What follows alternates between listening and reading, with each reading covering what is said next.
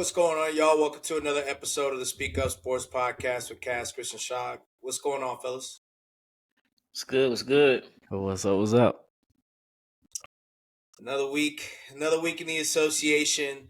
Another week where the NFL of the NFL off season, but kind of an important week every year with the owners' meetings being this week. A lot of rule changes, rule proposals have gone on this week. This is another week where we've got an opportunity to hear from head coaches, ownership.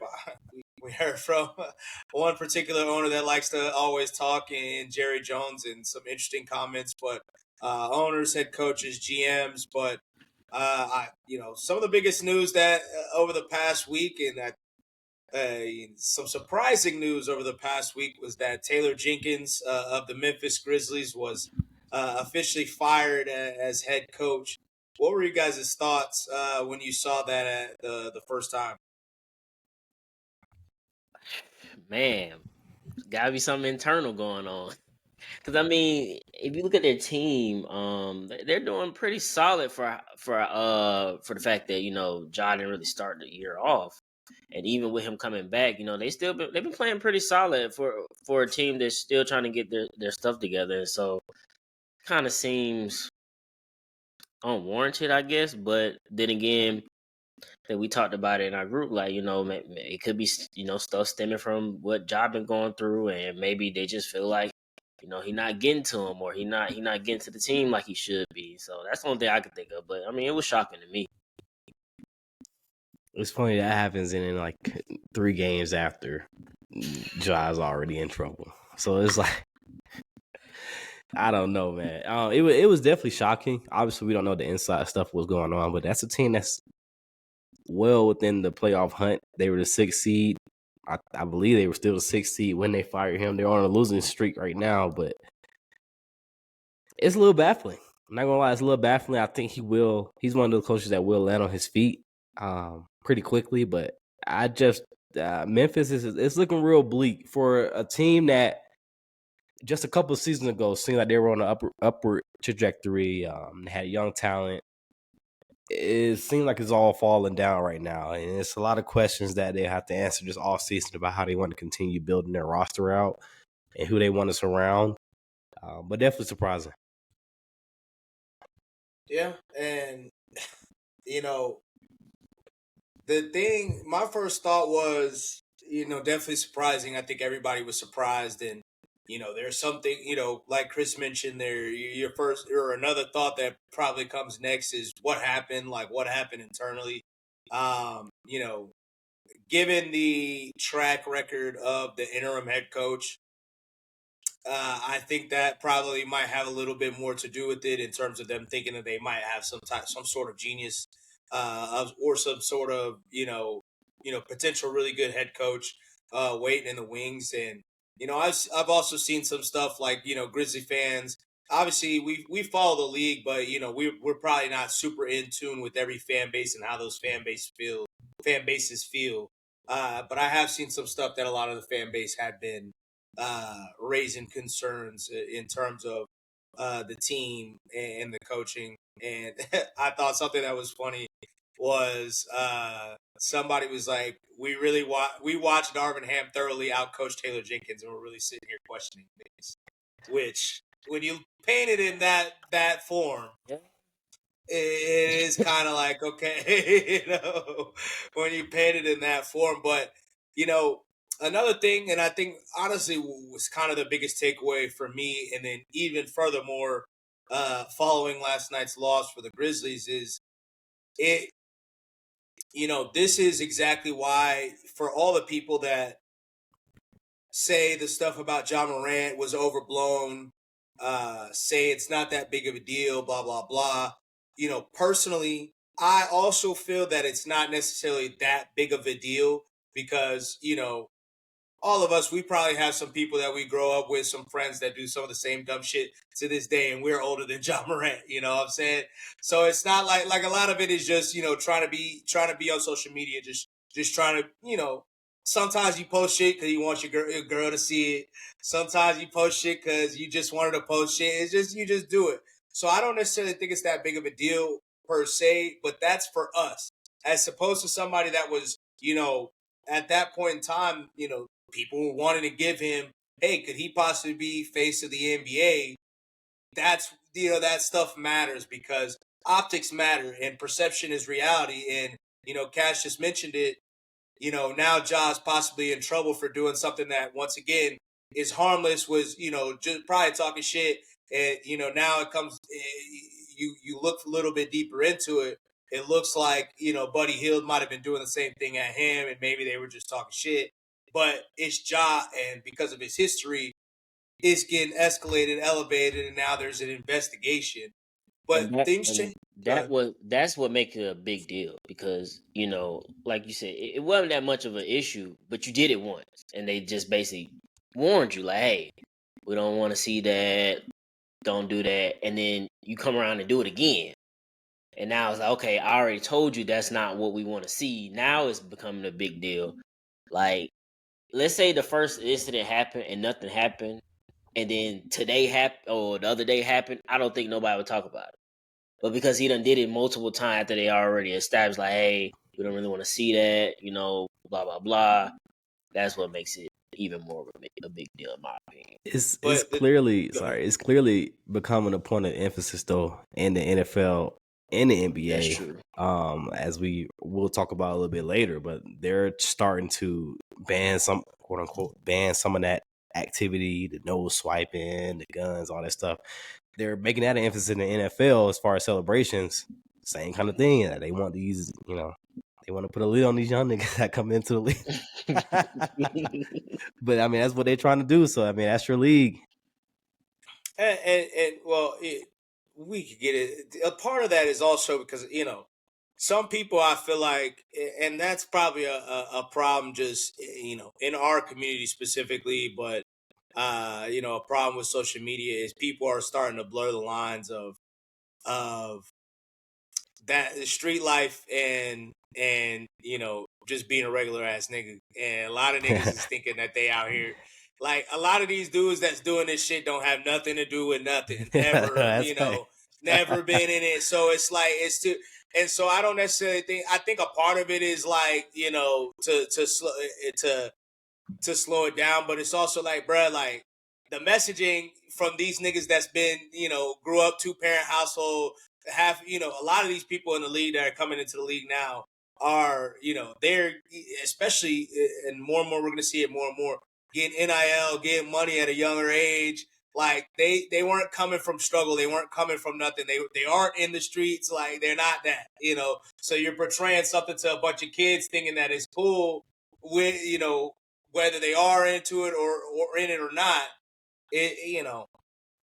But I think the broader thing is that things change fast, and now, as Cass mentioned it, Chris mentioned it, the Grizzlies were looked at as the young team, the team that was gonna start making the jump, and they were gonna continue to progress, like, maybe how they might look at the Rockets now, or how they're gonna probably look at the how they look at the Thunder, or how they look at the Spurs probably the next year or so.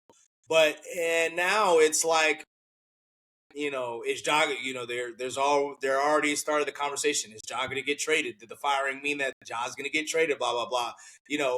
I had a very big last night after watching that game. Jaren Jackson is really the person everybody need to be talking about. No disrespect. I mean, I love Jaren Jackson as a player, but defensive player of the year right there. True. But I like Jaren Jackson as a player. But when we talk about something, like when I say perception is reality, and that's something that I truly believe, perception is reality. The perception of the Grizzlies before they were an immature team. Before it was acceptable because they were viewed as a young team. They were viewed as a young up and coming team. They clearly wanted to change that perception a little bit post all the Ja stuff, because they got rid of Dylan Brooks, who was, in a lot of people's eyes, everybody views Dylan Brooks as the big jokester, the big, quote unquote clown. No disrespect, but that's just how, you ask people, that's what they're going to say something like that along those lines, of villain, clown, something like that. even though he's a really good basketball player, really good defender. They started getting rid of him. They started trying to bring the leadership in. They said Marcus Smart was supposed to be that. Derrick Rose was supposed to be that. But, obviously that didn't come to fruition. Injuries started to pile up, so they had to scrap all of that and change all of that. Now you look at it and it's like the John Morant stuff, Jaren Jackson. I mean, if we want to talk about, everybody talks about Ja. The word about Jaren Jackson has always been, bro keeps fouling, bro takes the dumbest fouls, bro fouls out. He's played like 20-something games, he's played like 20-something playoff games. He's fouled out of 3 of them. He's had 7 other games where he had at least 5 fouls, and he had 12 other games where he had at least like 3 or 4. So I'm like, bro, that's also something that's a part of, maturity and leadership, not something that's off the court, but something that's on the court. And last night, in arguably the biggest game, well, not arguably, the biggest game of their season to this point, last night, what happens again? Jaren Jackson gets fouled, he fouls out in a potential game that was a close game, potentially could have went into overtime, when you're supposed to be the second best player, or at the very least, because some people have talked about John Morant's slippage, maybe he's the best player. And every single, that's always a story about you always fouling out or being close to fouling out. Because if you have 5 fouls, you put 2 and 2 together, they're gonna put your ass on the bench. Yeah, exactly. Or you can't even play defense how you're supposed to play defense. Exactly, you can't play defense how you want to because So it's like, it's not good. It's not good for Memphis right now. And I think I personally, if I would be exploring all trade avenues to get Jaren Jackson out of there. Not because I think Jaren Jackson's a bad player, but I think that John Morant's the best player, and I think that he's probably the best player to get something. And they're at a crossroads. Honestly, I mean, they probably been at the crossroads, but the outlook looked a little better. But now it's like it's smacking them right in the face. So I mean, it's tough. It's tough. And you think of the 2 guys from that draft class. So you're talking about Ja. I mean, the first 2 players is him and Zion Williamson, and it's like they are both, Zion once again probably been at a crossroads for a few years, but truly at a crossroads in his career right now. Speaking about the Jaren Jackson, if you wanted to do something, I'm not saying that it would work out, but and then putting the two of them who are probably both immature in themselves, and Zion and Ja together, but that might be something that you should explore if you could. Memphis would be crazy. I think they should, honestly. I mean, you're not going to. I'm no disrespect. Once again, you're not going nowhere with Jaren Jackson as your number 1 guy. I don't know how you get better, with Ja without trading Jaren Jackson. I mean, Desmond Bain, sure, but I feel like Jaren Jackson has, because of his position, because of his skill level defensively, he has potentially more, value. So, and then you can't rely on him. I mean, that's fair. He plays good defense, great defense. He gives you buckets sometimes, but I mean, if every time like you play 2 minutes in the first quarter and then we have to sit you to the second half of the second quarter, yeah, that's unreliable. So I don't know. It's last night I was man. Last night, if I was a Memphis fan, if I was a Memphis fan last night, I would have been pissed because that was a huge game. Yeah, it was a huge game. It was a huge game, and all everybody's talking about. Well, some people talked about the Steph Curry, and somehow all of a sudden the Warriors are like a super contender after last night. I don't know. When you struggle to win a game where somebody drops 50, sorry, Cass. When somebody drops 60, I wouldn't be coming up the next day talking about this is a serious contender. It's a bad look. One of the things that wasn't talked about was Ja was excellent yesterday. In the biggest game of the season, everybody's talking about how he was slipping. Ja was great yesterday. But the second best player on the team Liability, huh? That's what you called it. He fouled out. I mean, it was just so bad. No, yeah, Memphis definitely has a lot to answer. They're obviously not gonna. They're not gonna make any noises all season, no matter what seed they're in. So yeah, it's be a big off season for them. Big off season that we'll be And I watching. talked about Zion, but the really the biggest name and the most important name, Jaren Jackson for Kevin Durant, should be the trade that everybody's talking about and looking at, in my opinion.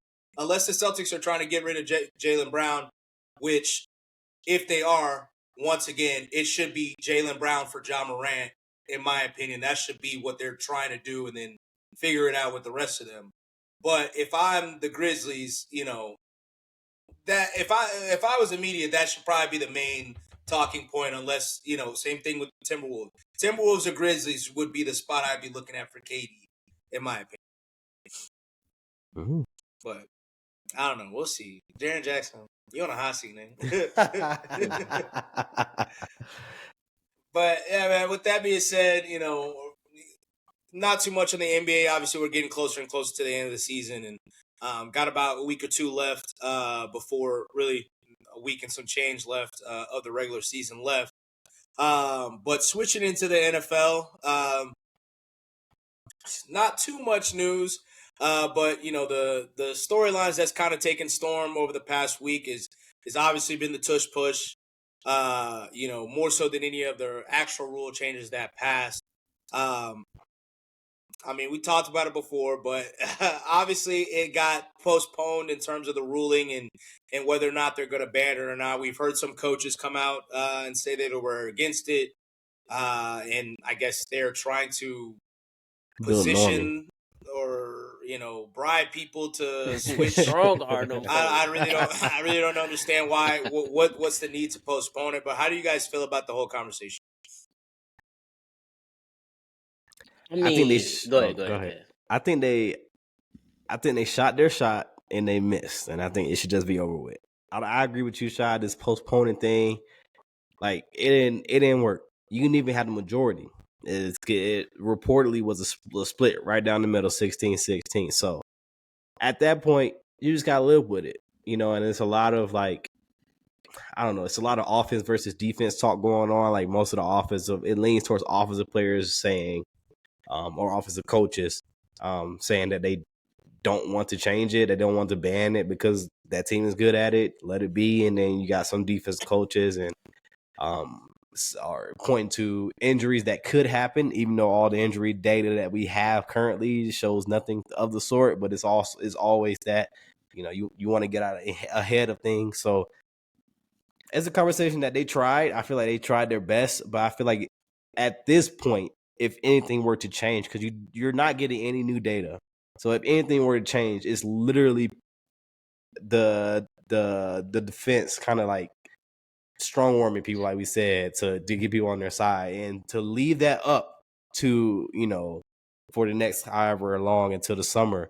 I think it's irresponsible from the league to make that even a thing that can happen. I just did this shit, And if people want to get good at it, practice it.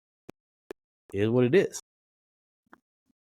I mean, for me, I don't really care whether or not it's banned or not. My frustration is the people who are the driving force of it. Like, the people who are talking about it the most outside of the Falcons. So, for me, if it was more on the Falcons saying something, I would understand. Okay, y'all don't do it. So, it's like, well, it don't benefit. These other motherfuckers, Bills specifically, because the Packers do it too, but you're over here complaining or saying, it's a safety issue, and it's like, bro, you use it a lot. Use it 4 or 5 times in the AFC Championship alone. And you brought this point in the group shot, like your driving force is your quarterback. Literally, it's because he big as fuck, and you're using him more of a force to make the play versus Eagles. We do have Jalen obviously squats whatever, but we got nothing one to do with it. Yeah, we got one of the best offensive line in the league. So I don't understand why they bring that shit up. It has nothing to do. That's what they say. But I'm just saying, like, that's my issue. Is how can you sit here with a straight face and give your complaint about it when you use it as much as you do? That's what I don't understand. Everything else, it is what it is. If you feel like it's cheating, helping offense, I'm more for helping the defense, Cat. Hey, man, get rid of the damn illegal contact. But whatever. I just don't understand why are they the driving force of it? That's all. I mean, I ain't everybody, whoever the other 16 teams that voted against it, I don't know who they are because they're not the driving force. They just voted against it, wherever the case they feel. But for them to be the forefront of it and they use it, that is crazy. But that's the interesting part about it, because we all seen we know, like, head coaches are a different kind of fraternity in a way, and of course there are groups, they're split off, and Matt LaFleur talked about it as well, like, oh, Raheem's my guy, so he's gonna agree with me. I'm willing to bet that a couple more of those guys that came from those systems. Sean McVay was one of the people that said, you know what I mean? So if it's just split up like that, everybody knows it, this shit's probably not going nowhere. But I think Nick it's Sirianni interesting. also said, he said it out loud. He was like, Shane Steichen, Kellen Moore, Jonathan. He said, well, I know they going to say it. They going to be on my side. So, I mean, I at least got He four. said they got jobs because of it. Yeah, that's crazy to say. You talking that was a little crazy to say. Crazy. You Super Bowl champ. You Super Bowl champ. So you got a little. But it is. I mean, I just think it's kind of just loser behavior. Honestly, like, it's not. It'd be one thing if it was like all 32 teams were excellent at it. It's one team that's good at it. To your point, talking about Nick Sirianni, looking at Shane Steichen. Shane Steichen has the biggest fucking quarterback in the world with a good old line, and we don't run tush push. And the Shane Steichen even has a point in his interview. He's like, the first time we ran tush push, we got fucking smushed, and I don't think we ran it since. Like, it's. But, to go back to the loser behavior, you start to think of the coaches and you start to think of why their teams end up failing. And it's like, probably because you got out coached. But Sean McDermott was one of them. Raheem Morris was one of them. Matt LaFleur, you start to think back to, you did have a couple 13-3 seasons. What happened? We all blamed Aaron Rodgers. But Aaron Rodgers was the real reason that you had the 13-3 season, because you hadn't done it since. You had some good seasons. Last year you guys had to come back. This past season, was a good season in its entirety. But the season before, they started off poorly. So I mean, Sean McVay, him too. You could say, as great of a coach as he is. A couple times he's gotten out coached, and that's why they failed the way they have. To Cass's point, if we start talking about the people in that group, tree, Mike McDaniel, Kyle Shanahan, another coach. That's so when we start talking about loser behavior, that shit's loser behavior, bro. Like you got to figure it out. It's your job to figure it out. It's your like Mike Tomlin said. He's not afraid to coach. So, like, that's coaching. Like, that is doing your job. And so, I don't know. That shit's weak to me. And then you're talking about, injuries. Well, where's the data? And you don't have the data on it. But it's, it's trying just to get ahead of it. Yeah, that's what they said, Cass. Trying to get ahead of it. Like, it's like that political speak almost. Like, you think we're idiots. Like, bruh. Like, no. Like, It's like you can bend it to sound however you want it to sound to try to make sense for your side, whichever side I agree with you, Shad, to an extent. It is loser behavior, loser mentality. The shit ain't got nothing to do with you. If like, honestly, it really doesn't. So back out of it, but we'll see. We'll see it pick up. It seems like they really want to ban it. So they want to ban it, so which is like, why it's been a talking point all for the past couple weeks. Yeah. Is why, I mean, there's absolutely no reason to table it. What do you mean you're tabling it to see if we can get other people to get like that? What does that even sound like? You didn't have the right amount of votes. Like you said, Cav, there was one off, okay, but if it's split down the middle, it's split down the middle. You plan like what do you plan on doing? They need 24. They need 24. Yeah, so you need 8 more. So you need 8 more. So you have to flip half the people. Like, what are we talking about? So that that's probably really what it is. When we talk about bribing, like maybe it's not the coaches that's doing it. Roger Goodell, you're on the hot seat. That's what it seems like for real. Roger Goodell, like, hey, I'll throw you a little 5,000. Well, my thing is, so how does that work? If you voted on it and you the vote didn't go through, you could just automatically say, "Well, we'll just wait again." No, it seems like everything they voted on either passed or tabled for this particular meeting. Okay. Like every single topic that they voted on, it was never just like a deny and just forget about it. Okay. So, table and further the conversation. Yeah. Probably because you had the amount of people that you have voting for it, but that still. Makes sense. But getting into some of the other rule changes, like why are we always switching where the kickoffs end up?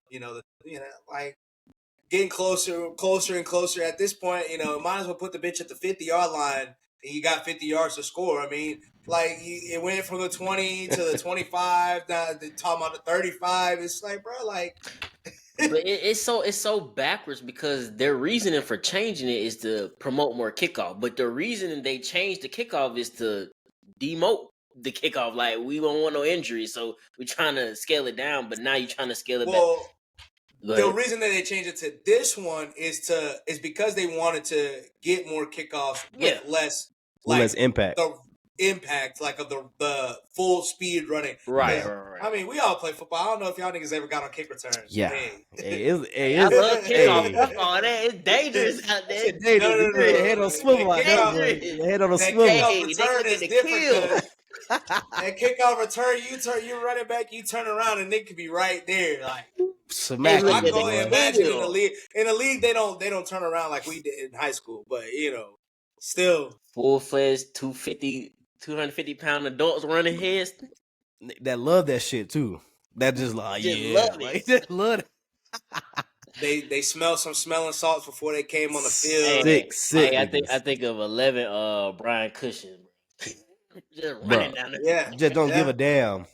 Just don't care. Just throwing their body. Walking concussion.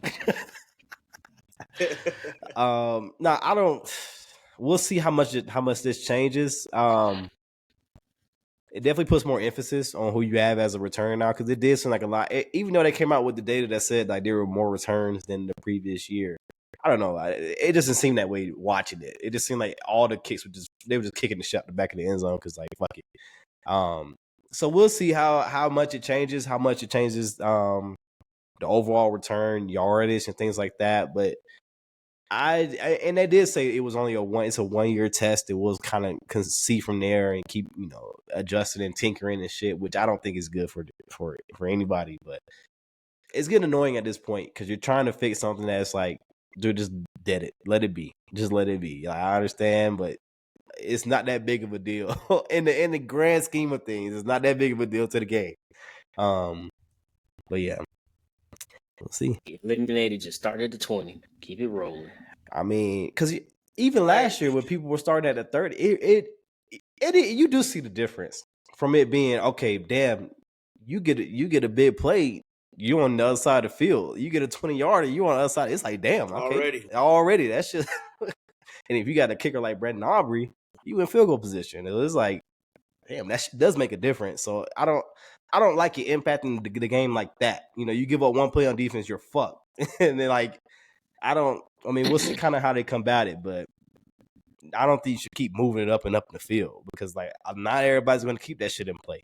People are still going to just boot it off and they just trust their defense. But I don't know. I don't like it.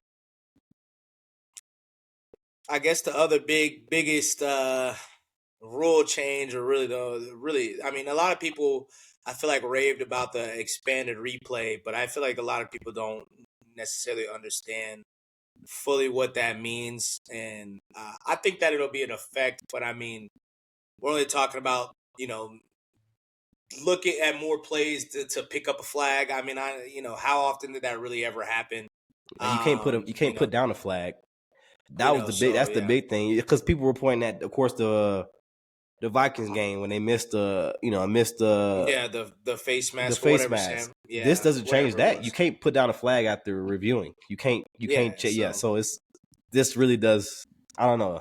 It'll prolong the game. I would have to see. I mean, I don't recall that many flags being picked up just in general. So like, Yeah.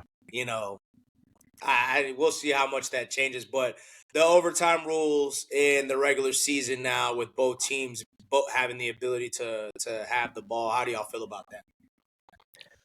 I mean, more football shit. I think it's fair. I mean, it is what it is. You just go down there and score. You know, if you good enough, stop them. Shit, fuck it. That shit don't matter.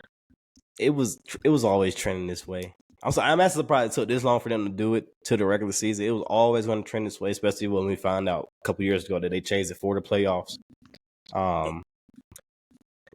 That's just how the league is. We talked about it a lot on this podcast, especially how it's geared towards the offense, how much of all the rules and penalties and stuff, it just follows along with that.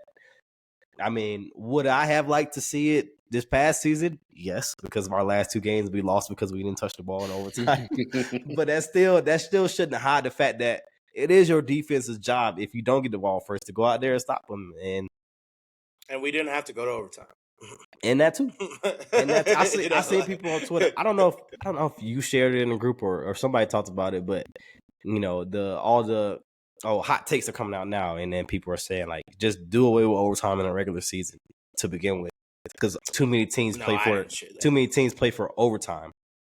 That mindset, and I do get that to an extent, because it does definitely change the way you play, and it changes the way you coach at the end of the games, and I feel like you're relying on a factor that you really can't control when it does get to overtime.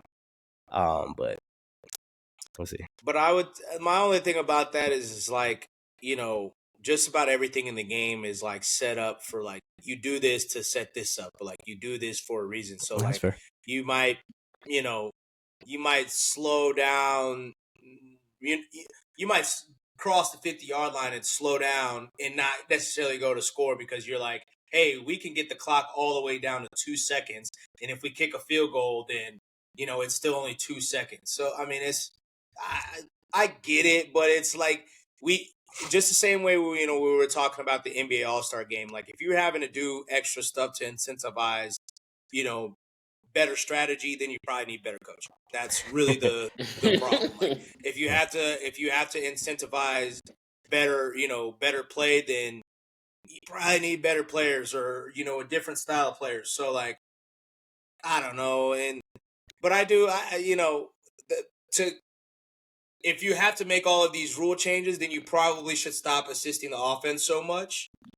That's probably the more important talking point in terms of like, it is the defense's job. So you don't necessarily need the ball if everything is a first down. If you get a finger on the quarterback's helmet while you're going past him in a freaking pass rush, like that's a 15-yard first down penalty, roughing the passer. So maybe stop doing the automatic first downs. Maybe stop helping or penalize the offense a little bit more. Stop starting the kickoff starting the starting line at 35 yards. Like, that shit is crazy. Why is that never a talking point in the media, just in general? The media, like, I mean, defensive players say stuff from here to there, like they should do some different rule changes. But like, that should be the thing. Like, hey, why are we not seeing more changes in favor of the defense? Because like they quit to shut those down. Like we saw it this year. Like nobody talked about the Detroit. Was it Detroit Lions? I think it was Detroit Lions. Their proposal to get rid of the automatic first down for defensive holding or so, whatever it was. Like that shit, especially if you started at 35-yard line, you get a 15-yard penalty. You at midfield. Like that shit is nuts to me. That shit is like that is ridiculous. Ridiculous amount of help to the offense, in my opinion. Just for the first play of the game, right? You started at 35, Chris. You roughing it. You rushing a pass, and you knock him in the head a little bit. Boom! They had a 50-yard line. What the fuck? Like that's imagine in game, and that's the thing. Like the in game, and I get it. We love the late game drive or late game inning drives. We love all that stuff, but it's like defense matters too. Defense is fun too. Defense is fun to watch. It's fun to watch a defense bully an offense. It's fun to watch a defense make plays and get turnovers and make big time stops, like, and not have to every time the defense make a stop, you have to wait like 2 seconds to see if there's there's a flag on the field. Yeah. I mean, everybody does it. I'm sure, we don't talk about that enough, but like, if you're watching a game, everybody that's watching this and everybody, the three of us that are doing this podcast can attest to this. If you're watching a game and your team, it's a minute left to use the Falcons and Washington or the Panthers just for an example, because they were both overtime close games. You're going into overtime they're driving, a team's driving down here's a better example. Chris and Cass, the Falcons and Eagles. The Falcons are driving down for a game winning or game tying field goal, whatever. The whole time, Chris is probably like, "Oh, it's third down. Okay. Oh, they broke it up." And as soon as you see a breakup, you like, Yeah, it's the same way to play. gotta wait to tick. It's like it's the same thing. So it's like everything. Everybody is like, we're fans should conditioned to never it have the at this thought. point. Yeah, exactly. Fans shouldn't have the thought of this game is going to come down to a penalty. And I feel like every time we have a close game, I know a lot of the conversation was about the Kansas City Chiefs this past season, but I feel like every time there's a close game, that is the anticipation that roughing the passer is going to happen. Pass interference. Pass interference is going to happen. That's going to get you in a field goal. Illegal contact. The fact that people, your coaches, people, your media members, your commentators on the game itself are saying, "Hey, yeah, they should probably just throw the ball up a little short and hope for the pass interference." Man, they're advertising it. They're literally advertising it. Like that should be something that is like, if you say that on your broadcast, so you will not be on the next broadcast. Like, if you're teaching that as a coach, you should be getting fined, because that should not be allowed. Like that big of a loophole should not be allowed. So I don't know. It's a lot of stuff that they got to start doing, in my opinion, to focus on the defense. And, people got to start advocating. The defensive players got to start advocating for them. I mean, I feel like the only way that's going to happen is if you start hiring more defensive head coaches. Until then, all these offensive head coaches, they literally don't help, don't go into defensive meetings. They don't do most of that stuff. They tunnel vision, focus on offense. A lot of times these big name offensive like coaches and stuff, their defense are horrible. Because they're not dedicating no real resources to them. So like Detroit, it might have been maybe 2-3 other teams that said, "Oh yeah, I feel like it's a good rule." I mean, I can see Dan Campbell. He one of them, rah guys who love physical football. So he like, shit, let's play physical. Yeah, I'm pretty sure like the whole Shanahan McVay tree, wherever, they were like, hell no. Hell no, we ain't doing that. Like, keep that, like, and that's just how they think. They like, shit, we trying to score these points. And until you get a little bit more defensive minded, that's probably why. That's more so than anything. That's why the defensive head coaches don't. Everybody wants to say because it's development. It's all because of entertainment. Mm-hmm. At the end of the day, points sell, defense doesn't. So I mean, that's the real reality of it when we want to boil it down to it. But I don't know. It's frustrating because it's frustrating more so just because there's no advocates for it. There's so many people that, Ryan Clark as a defender, should be an advocate for saying some more stuff, for Richard Sherman, somebody in the media, some of these defensive guys that are in the media should start saying stuff about it. So, and then Micah Parsons, Myles Garrett, use your power. The same way the quarterbacks and everybody else, rule changes have happened a lot of times because of quarterbacks. Tom Brady, a lot of the passing or roughing the passer stuff came from Tom Brady. A lot of the pass interference stuff came from Peyton Manning. So, use your power. That's right. But maybe they don't. Maybe they feel like they don't have enough power. So, but with that being said, that we're now officially in draft month. We've got a lot more details coming out in terms of the Bob McGinn has his pieces coming out about what the scouts truly feel about players. Dane Brugler has his beast dropping next week for some of you draft folks. So be on the lookout for all of that. But aside from that, short episode today. Guys, got anything else? One other rule change they made was finally making it legal to contact your free agents that you agreed to during the legal tampering period. It's fucking bullshit. No, not legal to talk. Legal to visually talk to. Visually talk to them. They can talk. Well, via your agent, I guess. But I mean, yeah, same. Which is always just like, come on now, like what? First of all, we're calling it legally tampering, and that's then we're the doing most all this craziest legal tampering. And would I have wished they changed this last season so we didn't lose a fucking 5th round pick? Yes, but it is what it is. Whatever. I mean, I got trouble for that too, Chris. But I ain't getting no fucking pick. What the hell? Yeah, you don't know nothing Honestly, about that. you know, more than anything, it should really be like once the season ends, you can visit. You can't sign anywhere until that's how I feel like they should do. You can visit, but you can't sign anywhere until the new league year starts. It can't be any reports of signing, none of that stuff until legal tampering. It's tough. It's tough to police that though, as far as like the no reports of like what they agreed upon. They reported anyway, but I mean, that's what I would say is like teams feel like we need a little bit of time, which I will maybe give them a little bit of period of time. But you also have the whole fucking season too. That's why I don't get like, and it's because they had this deadline. That's why they wait so long. But you have new head coach hires. That's true too. That's true. So like that was what I was about to say because I thought about that too, and I was like, why don't they have all season? And I was like, it is kind of crazy that, especially for somebody like that may have gotten hired from a Super Bowl team. You really only have a month before the legal tampering period starts. So now all of a sudden you've only had 3 weeks and you're supposed to, So maybe it's the GM job anyway. GM too though. But that's I mean, I guess the GM could sign earlier, but I mean, you don't want to sign players that your coach is not going to maximize. You want to merge the two. They do, but you want to merge the two. But I know what you want to merge the two as best as you can, at least, until you actually know. I mean, you don't want to start off the relationship like that. So it is. Yeah. But with that being said, that gives us a wrap for another episode of the Speak Up Sports Podcast.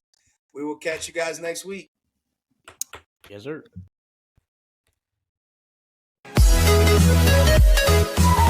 We'll be right back.